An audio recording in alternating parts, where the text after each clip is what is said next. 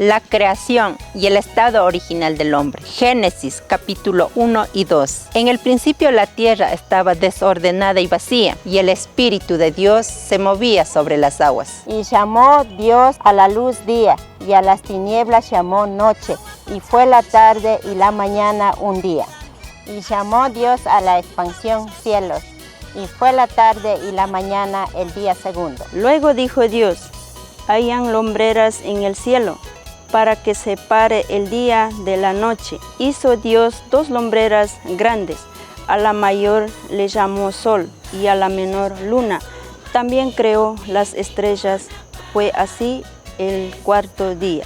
Dijo Dios: produzca las aguas seres vivientes y aves que vuelan sobre la tierra. Así fue el quinto día. Luego dijo Dios: produzca la tierra seres vivientes según su género, bestias, serpientes, ganado, animales que arrastran según su especie. Entonces dijo Dios: hagamos al hombre a nuestra imagen, conforme a nuestra semejanza. Y creó Dios, varón y hembra los creó. Fue así el sexto día. Y acabó Dios en el día séptimo toda la obra que hizo.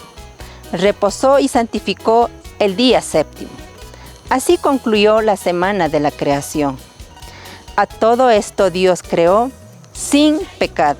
Y esto era el estado original del hombre. Los 3 árboles que Dios creó en el huerto de Edén son: Génesis 2:9.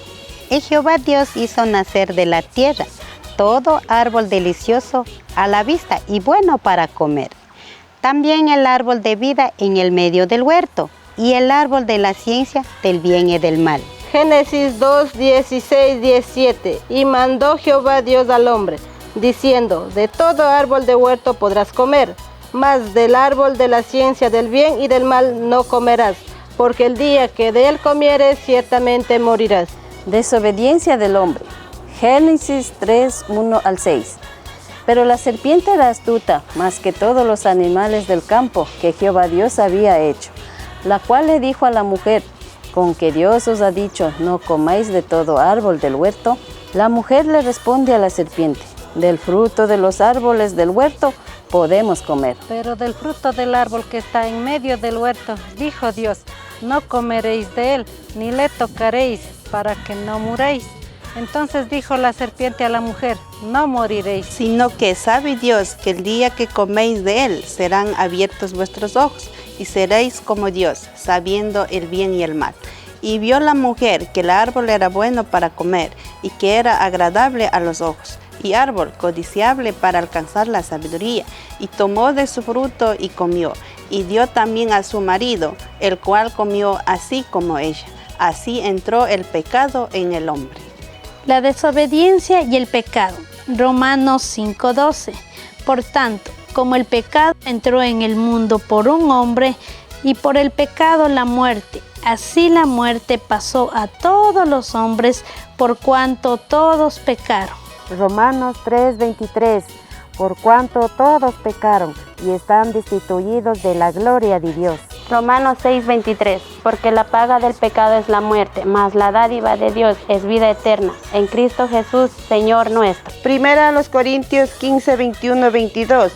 Porque por cuanto la muerte entró por un hombre, también por un hombre la resurrección de los muertos. Porque así como en Adán todos mueren, también en Cristo todos serán vivificados. San Juan 3:16. Porque de tal manera amó Dios al mundo, que ha dado a su Hijo unigénito, para que todo aquel que en él cree no se pierda, mas tenga vida eterna. San Juan 1:12. Mas a todos los que le recibieron, a los que creen en su nombre, les dio potestad de ser hechos hijos de Dios. San Juan 3:36. El que cree en el Hijo tiene vida eterna, pero el que rehúsa creer en el Hijo no verá la vida, sino que la ira de Dios está sobre él. Efesios 2:8-9. Porque por gracia sois salvos por medio de la fe, y esto no de vosotros, pues es don de Dios, no por obras, para que nadie se gloríe.